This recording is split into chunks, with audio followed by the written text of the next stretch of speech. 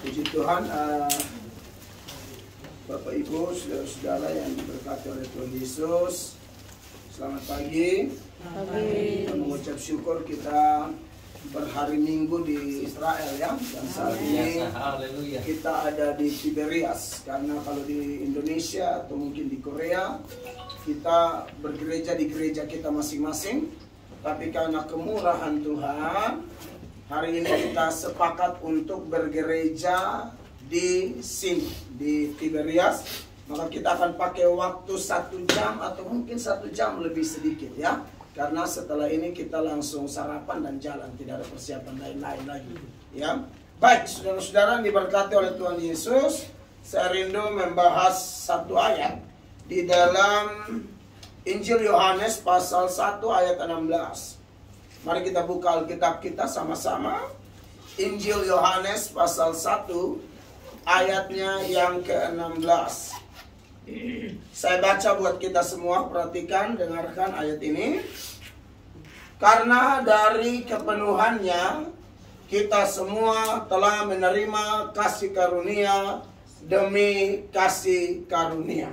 Ya, kalau dari terjemahan-terjemahan lain, saya punya catatan di sini yang tentunya sudah ditranslate ke bahasa Indonesia. Dia bilang, dan dari kepenuhannya, dari versi King James, kita semua telah menerima dan kasih karunia demi kasih karunia. Kalau dari NIV, New International Version, dia mengatakan dari kepenuhan, dari kasih karunia-Nya, kita semua telah menerima satu berkat setelah yang lain. Jadi berkat demi berkat, kasih karunia demi kasih karunia. Jadi pengertiannya menurut terjemahan-terjemahan ini sebenarnya tidak jauh berbeda. Nah, ini yang kita mau soroti pada pagi ini saat Tuhan bawa kita ada di Israel, di Tiberias saat ini. Kita akan menyoroti tentang kasih karunia Tuhan yang luar biasa. Amin. Orang Kristen memang mempercayai bahwa kita ini hidup semua karena kasih karunia. Amin. Kalau kita lihat apa yang sejarah catat di tanggal 31 Oktober 1517 ya, yang lalu. Jadi kalau 31 Oktober 2022 hari ini, maka kurang lebih sudah berusia 505 tahun ya, di mana Martin Luther sebagai alat Tuhan pada zaman itu melakukan terobosan yang luar biasa, di mana ada satu reformasi besar-besaran, ada 95 tesis atau 95 dalil yang dipakukan di gereja Wittenberg di Jerman, saudara-saudara, dan kemudian dari situ diringkas menjadi 5 sola yang kita kenal dengan sola gratia, sola fide, solus Christus, sola scriptura, sola fide, sola gratia, solus Christus, dan soli Deo gloria. Ya, kalau bicara tentang sola gratia, hanya kasih karunia. Nah, ini menarik saudara-saudara, bahwa dalam Injil Yohanes 1 ayatnya yang ke-15 ini, firman Allah dengan tegas mengatakan kepada kita, karena dari kepenuhannya, maksudnya Tuhan Yesus Kristus, kita semua telah menerima kasih karunia demi kasih karunia. Jadi kita orang percaya menerima kasih karunia demi kasih karunia. Artinya kalau kita bicara tentang kasih karunia, itu pengertiannya luas, saudara-saudara. Saya akan bagikan beberapa hal. Yang pertama, bicara tentang kasih karunia, itu sedang berbicara di mana saya dan saudara yang tidak pantas menerima sesuatu yang sangat berharga. Kita ini tidak pantas. Kalau yang pantas bagi kita sebagai keturunan Adam dan Hawa adalah kita harus masuk neraka, karena upah dosa adalah maut. Alkitab berkata dalam Roma pasal 5. Semua siapkan, nanti saya tunjuk baca Alkitab. Roma pasal 5 ayatnya yang ke-12. Ibu Gembala baca dahulu. Roma 5 ayat 12. Firman itu menyatakan bahwa gara-gara pelanggaran satu orang, dalam hal ini Adam, semua orang telah berbuat dosa atau telah menjadi orang berdosa. Perhatikan ayat ini. Sebab itu sama seperti dosa telah masuk ke dalam dunia oleh satu orang, dan oleh dosa itu juga maut, demikianlah maut itu telah menjalar kepada semua orang, karena semua orang telah berbuat dosa. Jadi tidak ada keturunan Adam yang lolos dari yang namanya hukuman gara-gara dosa ini sudah menular, saudara-saudara. Menjadi pertanyaan bagi kita, kenapa Adam yang bikin dosa lalu kita yang kena imbasnya? Saudara dengar bahwa Adam dan Hawa adalah wakil Tuhan. Adam dan Hawa adalah dalam pandangan Allah adalah wakil kita, saudara-saudara. Ya, saya sering contohkan kalau timnas Indonesia bertanding dengan timnas Malaysia, ya, yang main di sepak bola ini, yang main di lapangan hanya timnas, itulah perwakilan kita.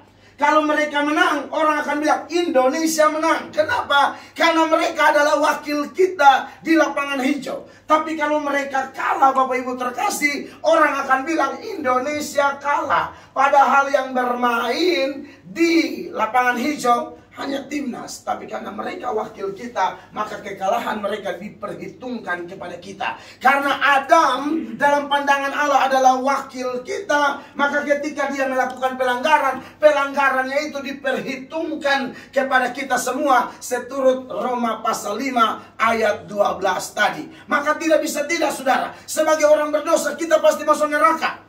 Tetapi sekarang kita sedang bicara topik yang luar biasa yang menjadi salah satu inti kekristenan, yaitu sola gratia, hanya kasih karunia. Amin. Kasih karunia berbicara tentang saya dan saudara mendapatkan sesuatu yang sebenarnya tidak pantas. Kalau yang pantas adalah masuk neraka. Tapi kalau masuk surga itu sebenarnya tidak pantas. Tapi toh diberikan kepada kita. Amin, saudara. Makanya kalau kita sebagai orang percaya datang ke Israel, ini poin berikut. Yang paling pertama, yang paling utama adalah saya dan saudara orang-orang berdosa, jiwa kita ditebus, jiwa kita diselamatkan. Dan Alkitab menjamin setiap orang yang ada dalam Kristus, dia akan melihat kekekalan. Amin, saudara-saudara. Jadi surga itu bukan sesuatu yang bayang-bayang atau samar-samar. Sebab surga itu bisa berarti kondisi, bisa berarti tempat. Kalau tempat artinya nanti kita meninggal sebagai orang yang sudah menerima kasih karunia, kita sedang menunggu nomor antrian, ya. Antrian meninggal, bisa meninggal di Indonesia, bisa meninggal di Israel, bisa meninggal di Sinai. Saya punya teman kemarin rombongan lain turun dari Gunung Sinai meninggal. Ya, Pak Yusuf Batonis turun dari meninggal. Saya punya teman juga pendeta dari Papua, istrinya meninggal di Bethlehem. Jadi suka-suka Tuhan lah nomor antrian kita kapan. Tapi bagi kita orang percaya, kita percaya Yesus berkata, akulah kebangkitan dan hidup. Barang siapa percaya kepadaku, dia akan hidup sekalipun dia mati, saudara-saudara. Karena apa? Kekasih-kekasih Tuhan, kita punya jaminan yang kekal. Nah itu kita masuk surga. Tapi kalau belum mati, apakah kita tidak bisa mengalami surga? Surga bukan hanya berarti tempat, tapi surga berarti keadaan. Makanya dalam doa Bapa kami yang di surga, dikuduskanlah namamu, datanglah kerajaanmu. Kita belum masuk surga, tapi suasana kerajaan surga sudah ada di sini. Amin. Kasih Allah. Nah ini menarik, saudara-saudara yang diberkati oleh Tuhan Yesus. Sebagai orang percaya, kita punya kepastian keselamatan. Amin. Nah inilah suka-suka Tuhan, ya. Makanya kita nyanyi di bis tadi malam, suka-sukamu Tuhan, dan seterusnya. Itulah Tuhan. Kita ada di Israel. Saya contohkan satu teks, ya. Ishak punya dua anak, satu Esau, satu Yakub. Esau yang menjadi bangsa Edom yang di sekitar Petra kemarin, ya, di Jordania. Sedangkan Yakub ini yang kemudian jadi Israel, daerah di mana kita ada sekarang. Saudara lihat di sana. Sebenarnya kalau anak yang secara historia, anak yang dengar-dengaran, yang suka kerja, sebenarnya Esau, saudara-saudara. Itu anak rajin, bantu orang tua, selalu beri yang terbaik. Sampai Ishak menyayangi Esau karena Esau tahu cara ambil hati orang tuanya. Tapi Yakub, Anda lihat itu orang, itu artinya penipu loh Yakub. Kalau Yakub penipu, nanti diubah jadi Israel yang artinya pemenang dan seterusnya, ya. Tapi dia itu penipu. Tapi herannya Allah pilih penipu ini.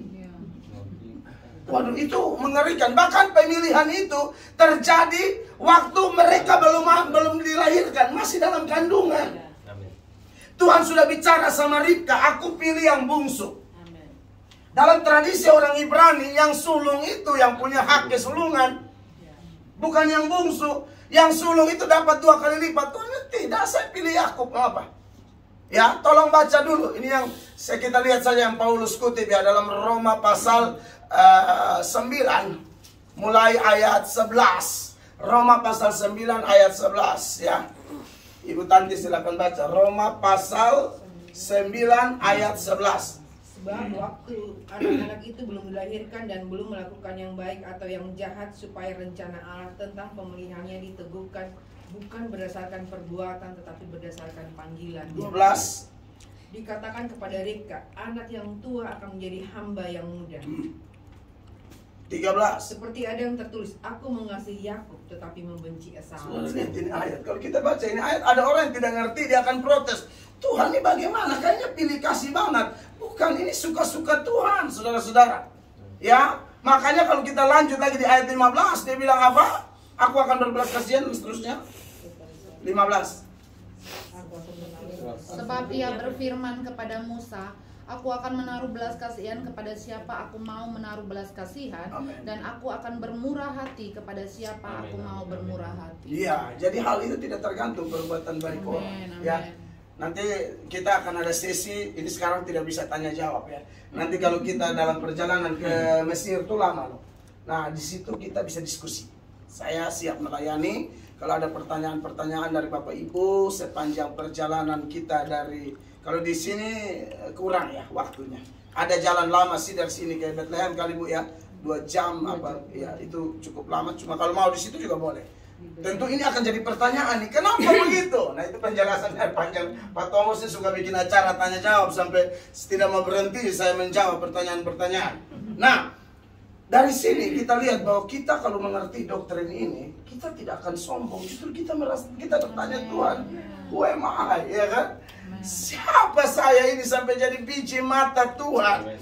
Ya kalau kita refleksikan atau introspeksi diri kembali, diri kita masing-masing kayak saya ini, saya kok bisa jadi pendeta gitu loh. Padahal dulu ditangkap polisi berkali-kali, ditangkap Garnisun Amang. Wah, parah kali hidup saya. Ditangkap terus, masuk penjara, keluar penjara, ujung-ujung jadi pendeta. Saya nggak pernah kepikiran jadi pendeta. Apa nggak ada anak orang lain yang anak orang yang anak pendeta kayak siapa? Ini orang tua saya ini anak hasil persinahan. Ini contoh, saya nggak suka bagi hidup orang. Paling suka itu sorot hidup saya. Saya ini, kami berempat tuh anak hasil persinahan semua. Tidak menikah gereja. Jadi di NTT itu kalau tidak bayar belis, tidak bayar adat, zaman itu loh ya, sulit mau menikah sah gereja. Apalagi mereka lebih tonjolkan adat, gereja dikesampingkan. Sehingga firman Allah, kekudusan, kebenaran hati Tuhan, itu mereka geser, hanya prioritaskan adat. Dan akhirnya ya orang tua kami kumpul aja begitu sampai kami besar. Kami liar, nakal, pukul orang, tikam orang, bacok orang, bakar rumah orang. Aduh, nakalnya minta ampun. Tapi kok bisa Tuhan jamah seorang Melatok jadi pendeta, saudara-saudara? Itu seperti yang Paulus katakan bahwa aku ganas, aku penghujat, aku seorang penganiaya. Tapi dalam 1 Timotius 1 ayat 15, Paulus berkata perkataan ini benar dan patut diterima sepenuhnya. Kristus Yesus datang ke dunia untuk menyelamatkan orang berdosa. Dan di antara mereka, kata Paulus, akulah yang paling berdosa. Oh wow. Saudara lihat, itu orang yang paling kotor Tuhan pilih. Suka-suka Allah, Tuhan mau pilih Esau terserah Allah. Tuhan mau pilih Paulus terserah Allah. Tuhan mau pilih itu perempuan Samaria di Parigi Yakub yang waktu jumpa Yesus bilang, panggil suamimu. Oh, saya tidak ada suami. Iya, saya tahu yang sekarang juga bukan suamimu. Kamu ambil suami orang.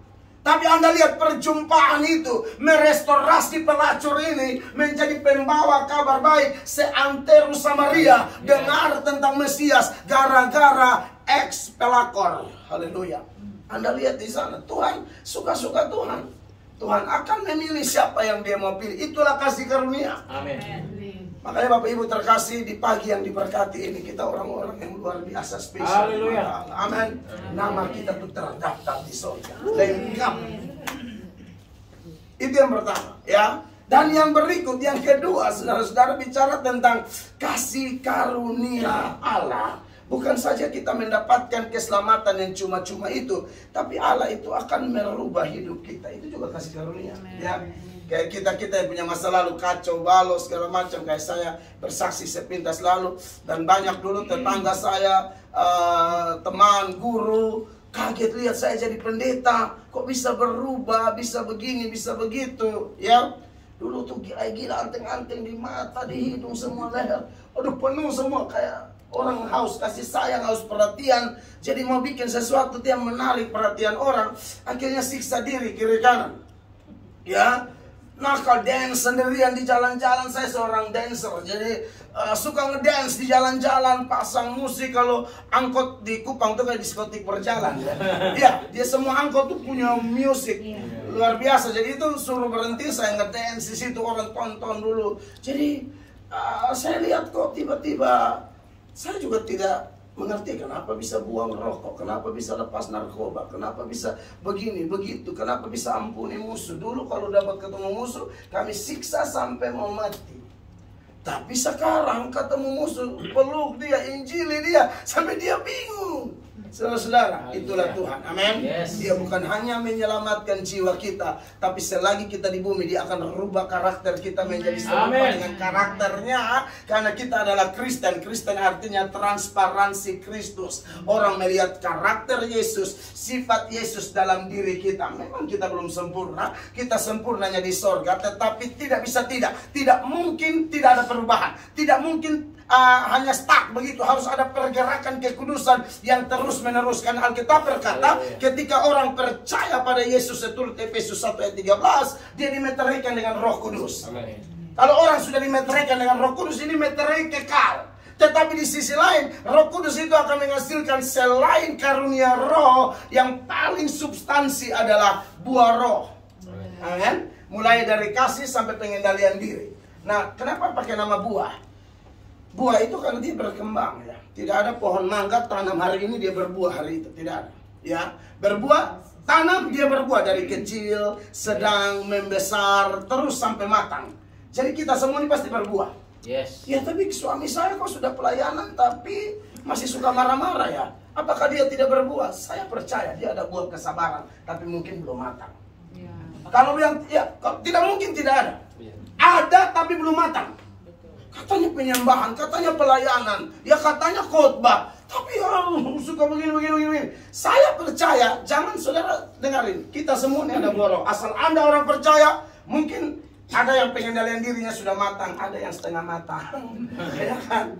Ada yang masih baru keluar, gak ada masalah, tapi pasti berbuah. Amin. Jadi itu cara mengajar menurut kitab suci seperti itu. Dan kenapa itu bisa terjadi? Itu juga kasih karunia. Kita bisa melayani Tuhan, menyenangkan Tuhan, ya. Bangun pagi-pagi beribadah atau memberi kontribusi, doa, dana, daya kita bagi pekerjaan Tuhan, bagi orang susah dan lain sebagainya. Itu bukan kita, Bapak Ibu, ya. Itu pasti karena Tuhan. Karena Yohanes 15 ayat 5, ya, Ibu Heni baca. Yohanes 15 ayat 5. Yesus bilang, di luar aku kamu tidak bisa berbuat apa-apa. Haleluya. Tolong dibacakan.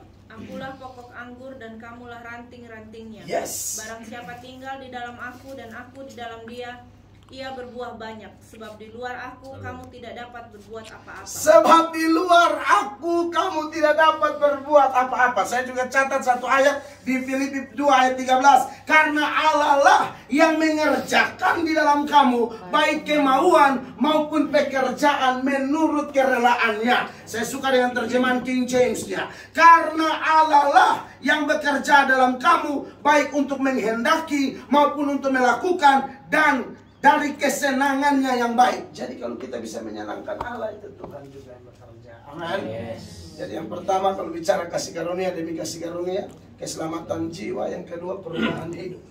Amin. Yang ketiga, bicara kasih karunia itu, di dalam kasih karunia ada makna penting bahwa Tuhan itu memberikan kita untuk menikmati dispensasi, kemudahan. Haleluya. Ada orang punya duit. Contoh ya, kalau kita bicara datang Israel, ya. Dia punya duit tapi tidak ada kesempatan. Ada orang ada kesempatan tapi tidak ada duit. Ada yang dua-duanya ada. Duit nggak ada, kesempatan nggak ada, tapi mau gitu loh. Iya kan? Ini juga saya pikir butuh kasih karunia Allah. Amin. Banyak loh saya punya teman-teman tuh rencana pengen, ini yang berduit ini. Pengen, tidak kesampaian. Ya macam-macam. Tapi karena Tuhan itu baik, kalau sudah waktu Tuhan, maka percayalah Tuhan akan bisa antar kita. Kita semua punya cerita ya. Keluarga bapak ibu ini punya cerita. Kapan planning mau ke Israel? Sekarang baru kesampaian dan lain sebagainya. Percayalah itu kasih karunia Tuhan. Amen. Ya. Tidak semua orang, ada orang yang dari hidup sampai mati tidak pernah merasakan yang namanya pesawat Emirates. Ada yang hidup sampai mati, dia tidak pernah merasakan mengapung di laut mati. Percaya deh. Percaya. Tapi kenapa kita nggak lebih baik dari mereka? Kita ini orang-orang beruntung yang dapat kasih karunia Allah. Amin, saudara-saudara. Jadi, nanti lihat aja perjalanan kita. Banyak orang, saya rindu.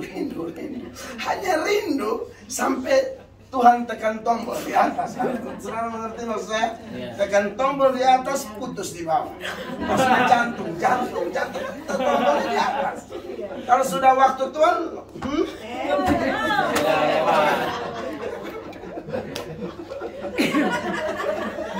itu pun ada rekam ya. Baik.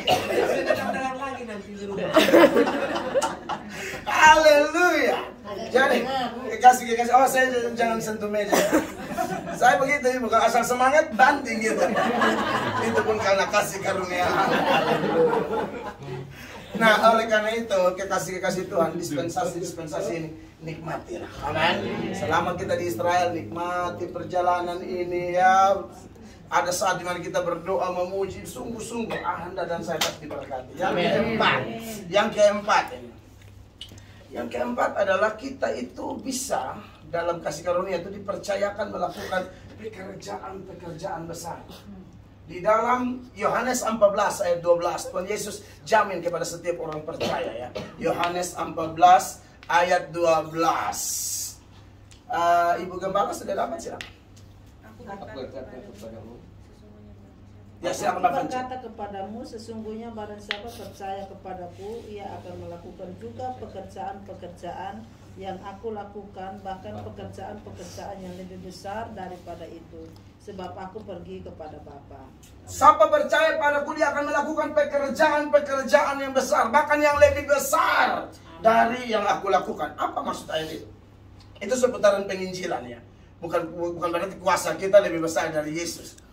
Yesus waktu menjelma menjadi manusia hanya pelayanan di sekitar Israel. Tidak pernah keluar. Kalau ada cerita-cerita bohong dari Yesus ke India lah, Yesus ke sana, itu omong kosong semua. Kemarin ada debat kecil saya dengan ada satu orang di Jericho. Dia orang Muslim, tapi dia bilang saya tidak percaya Yesus Tuhan. Lalu saya dengan Pak Harman sedikit diskusi.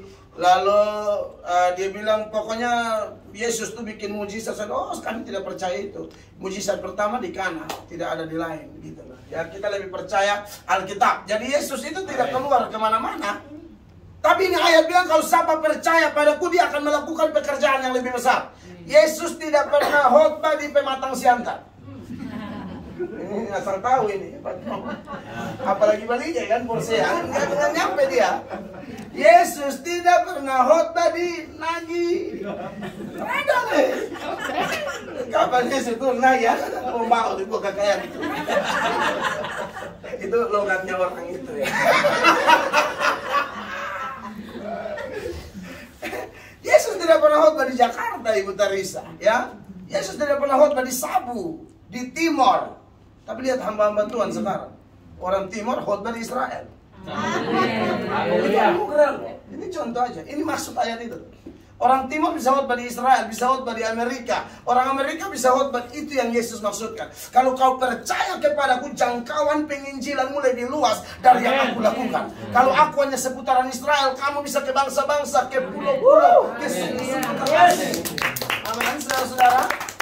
Makanya kita bersyukur ya kalau kita dipercayakan melakukan perkara-perkara besar ya. Itu luar biasa. Raja Daud memuji Tuhan, tapi hanya seputar sini saja. Israel, Hebron, segala macam. Lihat seorang dari Larantuka bisa pimpin pujian di Tiberias. Oh haleluya. Raja Daud main kecapi. Itu hanya di ini saja, di sini. Apa bisa dari Larantuka main gitar. Amin. Main pianonya di Yordan. Menurut saya itu kenang-kenangan, mahal loh kenang-kenangan ini. Ini akan menjadi sejarah. Suatu saat mungkin Bapak Ibu tulis kah, apakah seperangkat karena ini loh waktu Papa di Israel, ini loh waktu opung di Tiberias, ini loh waktu opung mengapung di Laut Mati. Oh hitam kali opung, pakai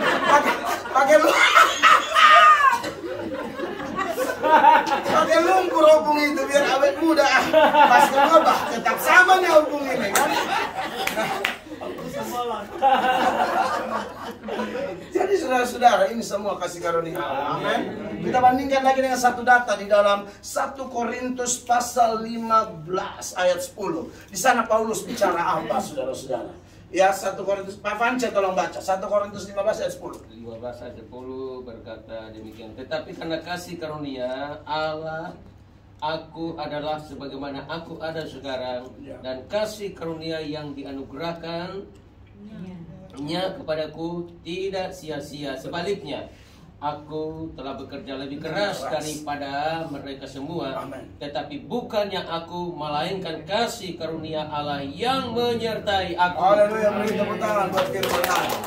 Paulus bilang, aku ada sebagaimana aku ada karena kasih karunia Allah, bahkan kasih karunia yang dianugerahkan kepadaku tidak sia-sia. Aku bekerja lebih keras dari mereka semua. Mereka semua yang mana? Saudara lihat konteks sebelumnya. Itu dia bicara pengalaman Petrus, Yakobus, semua 12 rasul, 500 orang yang menyaksikan Yesus terangkat ke surga atau Yesus bangkit. Dia bilang, aku lebih dari mereka semua. Betul Bapak Ibu. Petrus tulisannya dikit, Yohanes sedikit. 50% perjanjian baru ini Paulus yang tulis. Amin. Paulus itu sapu tangannya kena orang sembuh.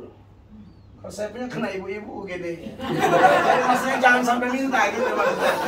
Karunianya beda-beda ya. Jangan asal Paulus punya pokoknya innalillahi wa inna ilaihi raji'un ya kan. Jadi luar biasa ya, bahwa dia memang bekerja luar biasa. Belum ada penginjil masuk Arab, dia udah masuk. Bahkan sebelum ada Islam di tanah Arab, sejarah mencatat Paulus sudah masuk melakukan penginjilan. Orang mati bangkit, penderitaannya luar biasa. Tapi Paulus bilang apa? Sekalipun lebih keras, bukan aku. Amin. Semua karena kasih. Amin. Amin. Yang kelima dan yang terakhir, di dalam kasih karunia ada satu makna lain. Yang pertama tadi apa? Keselamatan jiwa. Ya, poinnya itu sederhana. Yang kedua perubahan hidup. Yang ketiga dispensasi dalam hidup. Ya. Yang keempat Tuhan percayakan kita melakukan perkara-perkara besar. Yang kelima Dia mampukan kita bertahan dalam kesesatan. Amin. Itu kasih karunia. Dalam Filipi 1 ayat 29, tolong disiapkan ayatnya. Dikatakan kamu dikaruniakan bukan hanya untuk percaya, tapi untuk menderita. Perhatikan ayat ini. Filipi 1 ayat 29, silakan Ibu Henny. Sebab kepada kamu dikaruniakan bukan saja untuk percaya kepada Kristus, melainkan juga untuk menderita untuk Dia. Iya, jadi menderita itu karunia. Ya. Yesus bilang di ayat yang lain di Yohanes 15 ayat 20, Yesus bilang, ingat ini ya, seorang hamba tidak lebih dari Tuhan. Kalau aku Tuhan dianiaya, kamu nggak lolos dong. Kalau mereka dengar aku, mereka dengar kamu. Pokoknya intinya apa yang aku alami, itu yang kamu alami. Seorang teolog bernama Charles Haddon Spurgeon, itu dari Inggris. Spurgeon mengatakan bahwa siklus perjalanan gereja itu mirip perjalanan Kristus. Ya, menderita, sengsara, bahkan mungkin mati karena dibunuh. Tetapi Alkitab berkata dia akan bangkit dan melihat kemuliaan. Amin. Amin, saudara-saudara. Memang betul kita menderita. Dan itu definisi pikul salib. Pikul salib artinya menderita karena taat Tuhan. Menderita karena cinta Tuhan. Kalau menderita karena bikin dosa, kayak dulu saya masuk penjara, itu bukan salib. Itu bisa jadi teguran Allah, tapi bukan salib. Menderita itu harus karena kebenaran, karena kerajaan Allah. Ya, dan itulah kasih karunia Tuhan. Kiranya renungan firman pada pagi ini memberkati kita semua. Beri tepuk tangan yang meriah bagi Tuhan. Haleluya. Mari kita berdiri bersama.